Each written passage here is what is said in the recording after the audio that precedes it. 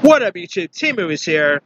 Since the new film The Photograph is opening up on Valentine's Day, I decided to go ahead and do my top 10 favorite black romantic movies of all time. Because there's been some pretty great ones. Some classic films, some modern ones. And it's always cool seeing romantic-based movies be more diverse and all. So with that being said, here's my 10 favorite black romantic movies of all time. Alright. Coming in at number 10, I'm going to go with Deliver Us from Eva. Now, I always keep calling this Deliver Us from Evil, but it's Eva. But it stars Gabrielle Union, who portrays Eva, who has been in charge of her younger sisters ever since their parents ended up dying many years ago. And so Eva's uncanny ability to interfere in their sister's affair has not endeared her to their spouses or their partners. And so the man will also like to choose out and divide up the family trust fund that Ava really oversees and all. And you got this lady man named Ray Adams, played by LL Cool J, who tries to romance and distract Ava from her family duties. And there's also and there ends up being spark flies between Ray and Eva and all. And this movie is actually pretty decent. I mean, LL Cool J and Gabrielle Union, those two had some really good chemistry with each other. You also had pretty cool supporting cast. You also had the likes of Vincent Atkins, Megan Good, Dwayne. You had Anyway, you got Dwayne Martin, Mel Jackson, Kim Whiteley. You got Terry Crews, and who knew that LL Cool J could do romantic really well? When you think of him, you'll think rapping, but he mainly is more of a tough guy action character. I mean, remember he was in Deep Blue Sea, SWAT, A1.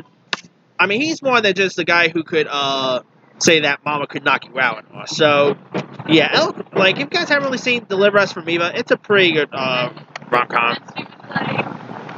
No, we're looking for girls who are more 5'9", and I was like, Alright, coming in at number 9, I'm going to go with Brown Sugar. Now, Brown Sugar stars Sanaa Lathan and Taye Diggs, and you got Sanaa Lathan portrays Sydney, and Taye Diggs portrays Dre, who ends up attributing to their friendship and launch their own career to one single childhood incident. And they also witnessed the birth of hip hop on a New York street corner. And so now 15 years later, she ends up reverencing she ends up becoming a music critic, and Dre ends up becoming a successful throughout unfulfilled music executive, and both ends up falling for one another. And remember what they had learned that day on the corner and all. Brown Sugar was directed by the same director who gave us the movie Dope. I love Dope. If you guys have never seen Dope, go check that out. And heck, he was also supposed to direct the Flash movie, but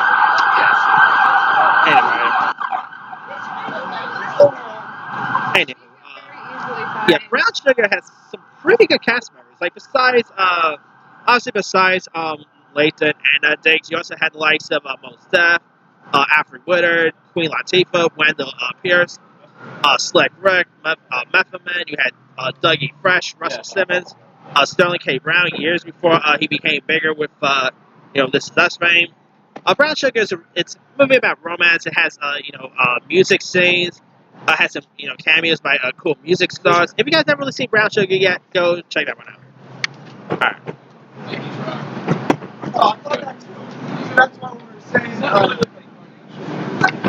Okay. Coming in at number 8, I'm going to go with another film with Taye Diggs. Actually, Taye Diggs is in this list a couple of times, by the way. Anyway, my number 8 pick is going to be How Stella Got Her Groove Back. Now, here you've got Angela Bassett, who portrays this, unluckily in love stockbroker Stella, who would not, be lucky to be over. Anyway, and Angela Bassett portrays the role of Stella, who ends up taking a trip to Jamaica with her gal pal Delia, played by Whoopi Goldberg, and she ends up having a fling with this 20-something-year-old guy named Winston, played by Taye Diggs. And How Stella Got Her Groove Back is one of the best romantic comedies there was in the 90s. You also had Regina King, Carl Lumbly. You also had Glenn Turman. Some really great cast members. Angela Bassett and Taye Diggs. Yeah, their age was very different apart. And by the way, they were trying to make Angela Bassett look 40, and that woman's, I'm sorry, Angela Bassett still looks the same as she was back in the day. It's like that woman just hasn't changed ever since. But anyway, yeah, Taye Diggs, he could be, I guess you could say he's a bit like, he could do romantic comedies really well. Like I said, I got a couple of Taye Diggs movies in this list, so yeah. But if you guys never really seen how Stella got her groove back, go check it out. I mean, it's a really nice rom-com.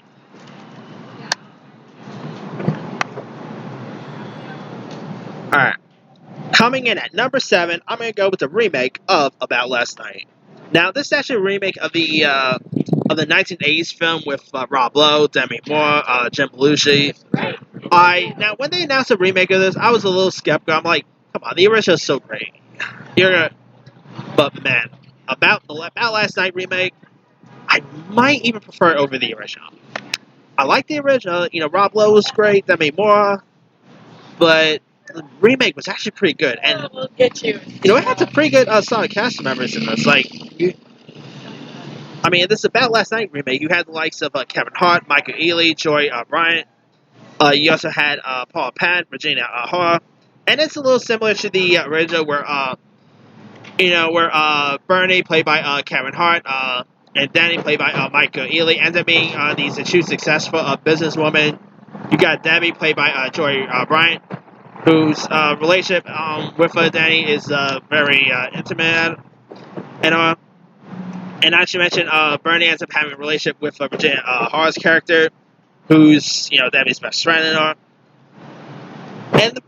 And not to mention, the film also featured the likes of Chris McDonough. You also had Paul Penn, Adam Rodriguez.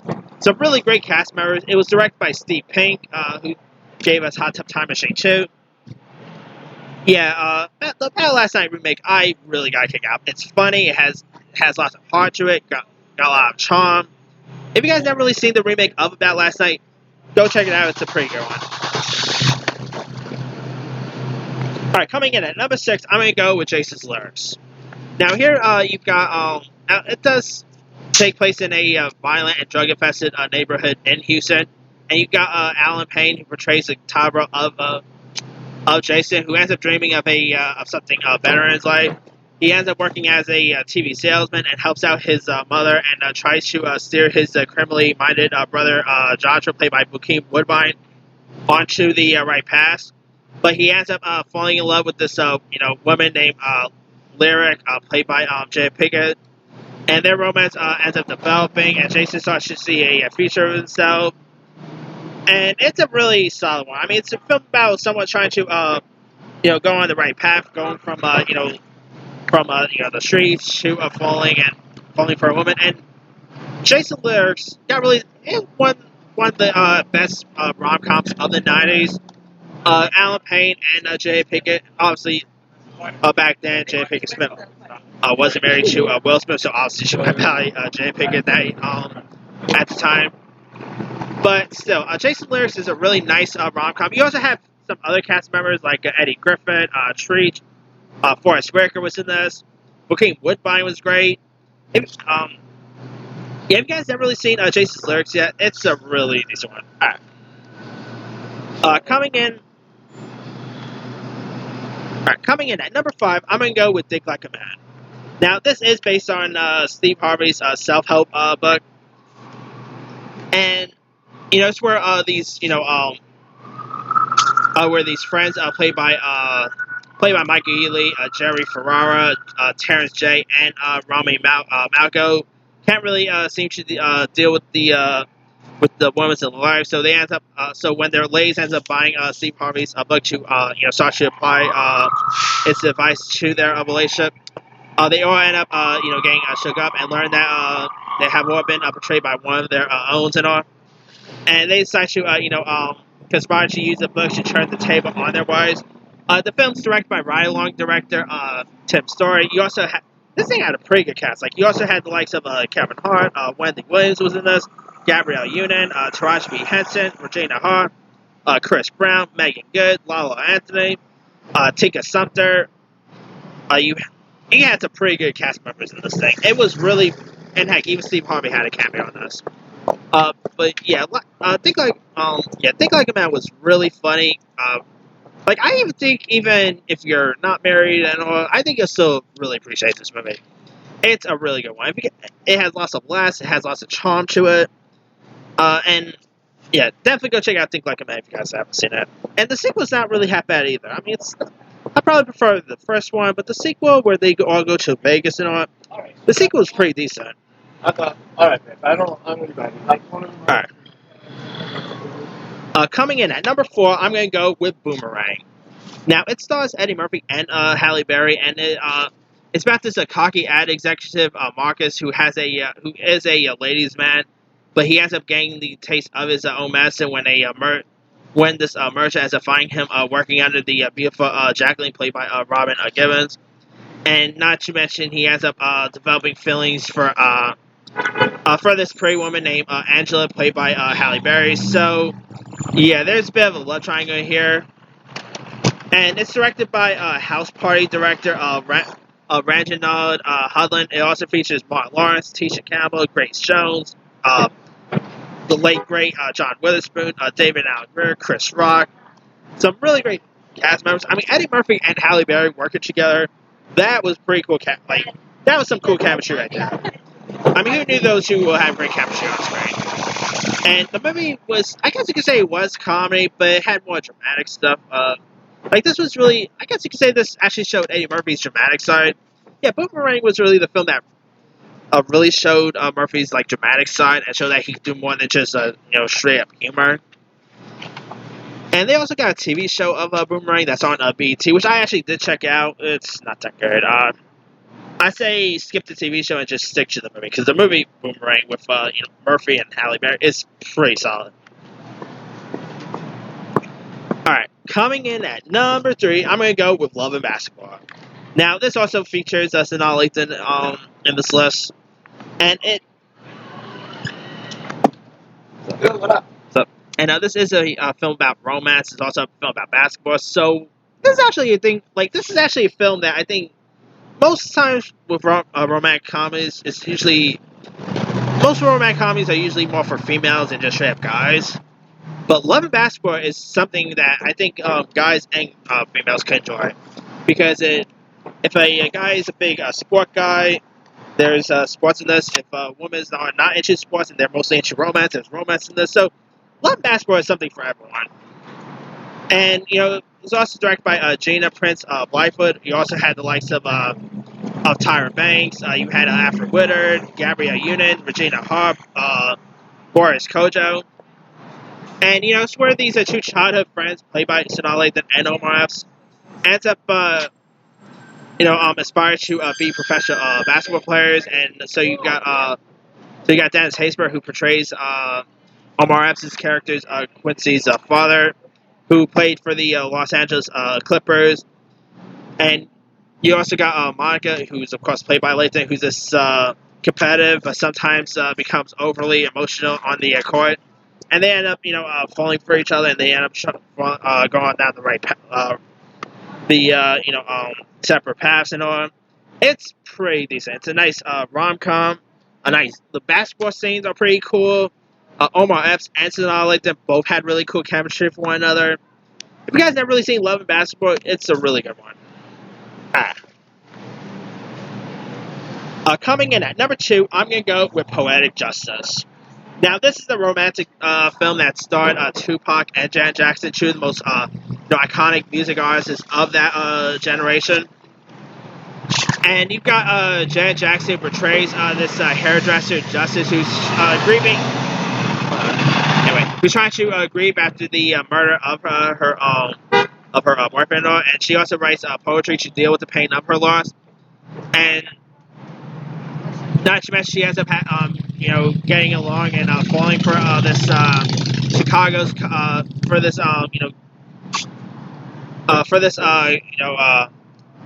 delivery guy named Lucky, played by Tupac, and And not to mention, Joe Torre plays the boyfriend of Regina King's character, and Joe Torre's character Chicago works as a postal worker, and so his coworker ends up falling for Justice, and they end up growing, and but she's not really really ready to open her heart again.